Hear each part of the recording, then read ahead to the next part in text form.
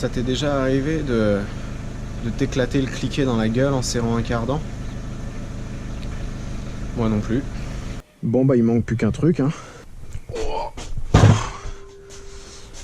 Ouf. J'ai même pas commencé qu'il y a déjà des trucs qui partent en couille. Le joint ici, bah il est complètement défoncé. Et ça j'en ai pas d'avance et je les ai pas commandés. Je vais laisser le farine de blé de demain prendre une décision parce que bah pour l'instant...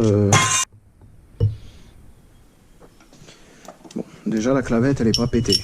Déposer les chapeaux de palier 5 et 7 ainsi que le dernier. Le dernier, c'est lequel le dernier? C'est celui-là. Wow. Ok. C'est un arbre à cames qui saute. Il est où mon bâton de persuasion? Là.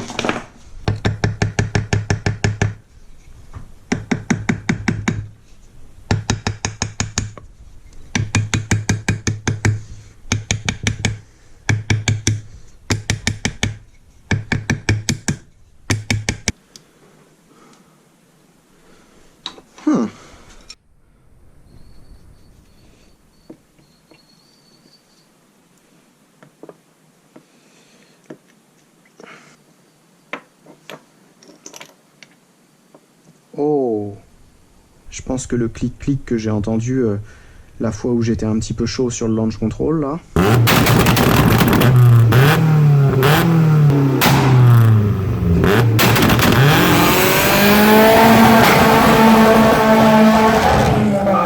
Bah ça devait être ça qui a sauté quoi. Est-ce qu'on peut le re-rentrer? Ouais, tu peux le re-rentrer. Putain ouais il sort hein. À peu près entre mort et acceptable, plus côté mort. Pour les enlever les soupapes, il y a plusieurs écoles, mais moi on m'a appris comme ça quoi.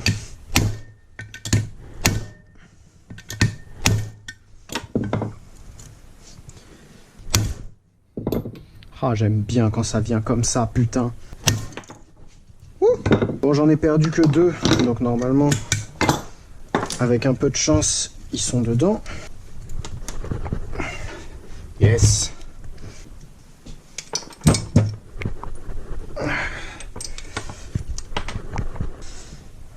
Un, 2, 3, 4, 5, 6, 9, 10, 11, 12, 13, 14. Ah, j'ai entendu le 15e. 13, 14, 15. Oh putain, j'ai entendu le 16e.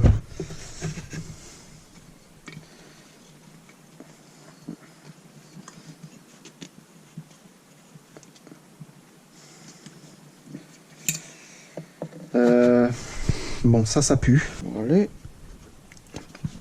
Attends, c'est pas possible.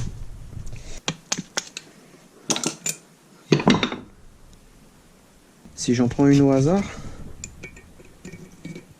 Non, c'est pareil.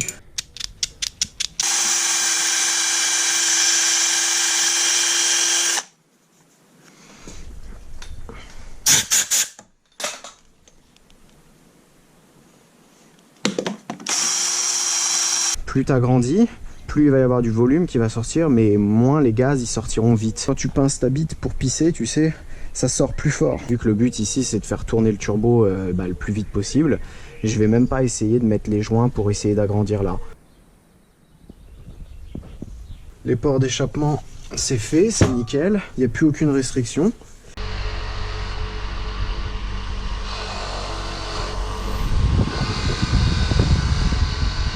Bon, normalement, faut le faire à la main, mais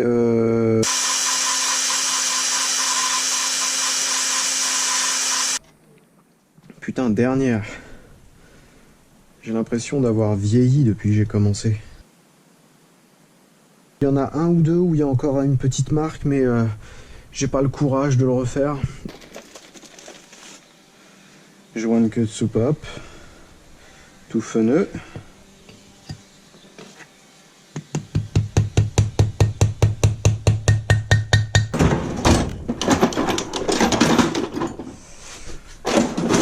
Le moment tant attendu.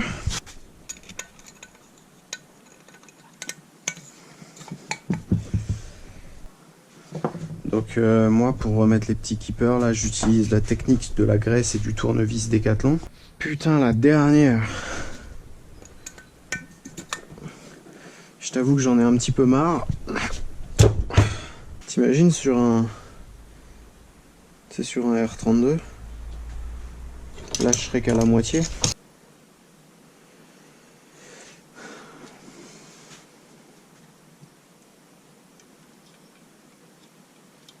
Forcément, la dernière, elle fait chier. Tac.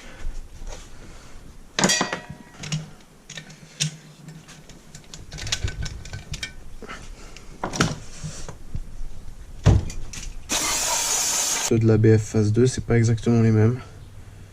Et je croyais que j'en avais des neufs ici là. Mais ceux-là non plus, c'est pas exactement les mêmes. Je vais mettre les 16 de l'autre moteur du coup. Ça me fait chier d'en mettre que un seul qui est en plus pas le bon quoi. Si ça déconne, je vais même pas l'entendre. Donc ce sont des poussoirs nazis officiellement. Putain, il a une dent celui-là. Ah putain. Casse pas les couilles toi. Ah. Peut-être qu'on est bon là. Ou pas hein.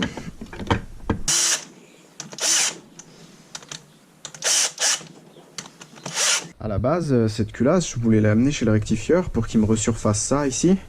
Et aussi qu'il me fasse un troisième angle sur les soupapes.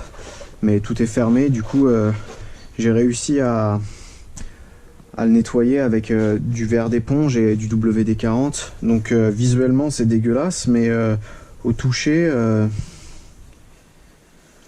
Ouais, au toucher c'est pas ouf non plus. Ouais, j'aurais peut-être dû mettre du WD-40 sur le bloc. Un 2,16 litres d'origine quoi, ça a 10,5 de compression. Pour des bielles d'origine et des pistons qui sont pas forgés, c'est beaucoup trop, faut décompresser. Donc avec un joint de culasse ici, ouais, faut faire gaffe de pas le mettre à l'envers. Tu vas me dire c'est impossible de le mettre à l'envers comme ça, le trou il tombe carrément pas en face. Je te dis oui, mais faut faire attention quand même. Donc comme ça ferait 10,5. Et d'après mes calculs qui sont probablement erronés, avec un deuxième, on sera à 9,1. Hernie discale en approche. Oh.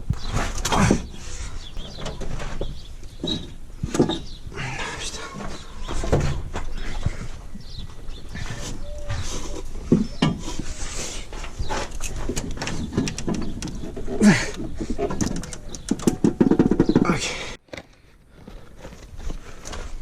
Mais quel packaging! Ah, il fallait faire tout ça. 10.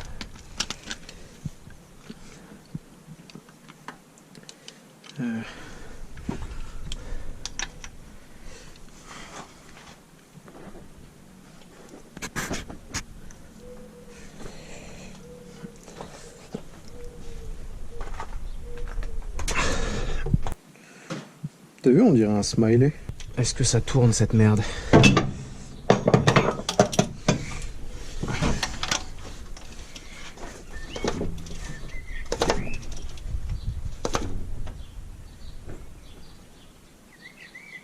Ah oui, il aurait peut-être fallu tendre la courroie. Deuxième essai.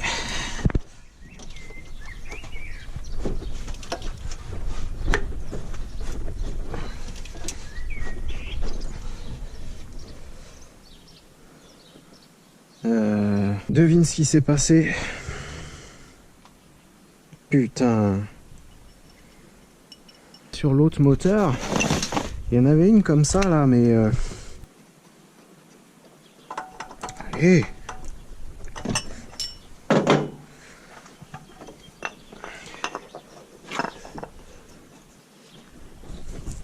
peut essayer, hein. De toute façon la clavette elle est pétée, je vais pas en refabriquer une. Bon, j'ai trouvé pourquoi ça tournait pas.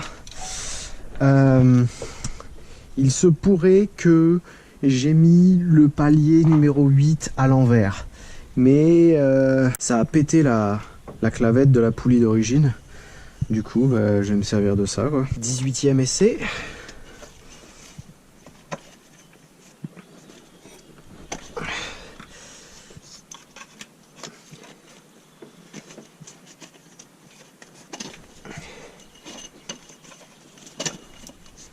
Allez.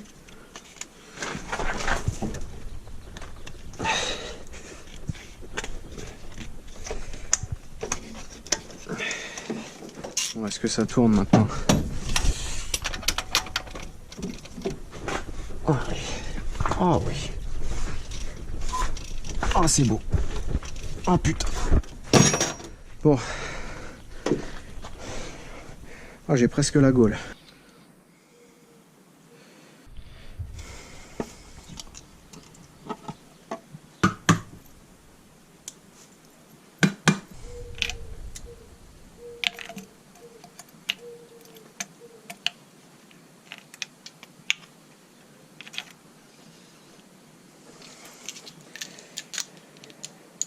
Bon bah ça va être tout pour aujourd'hui, hein. Là j'ai vraiment aucune solution. Pour que ce soit une clé de 16, il faut prendre des B, C, tu vois.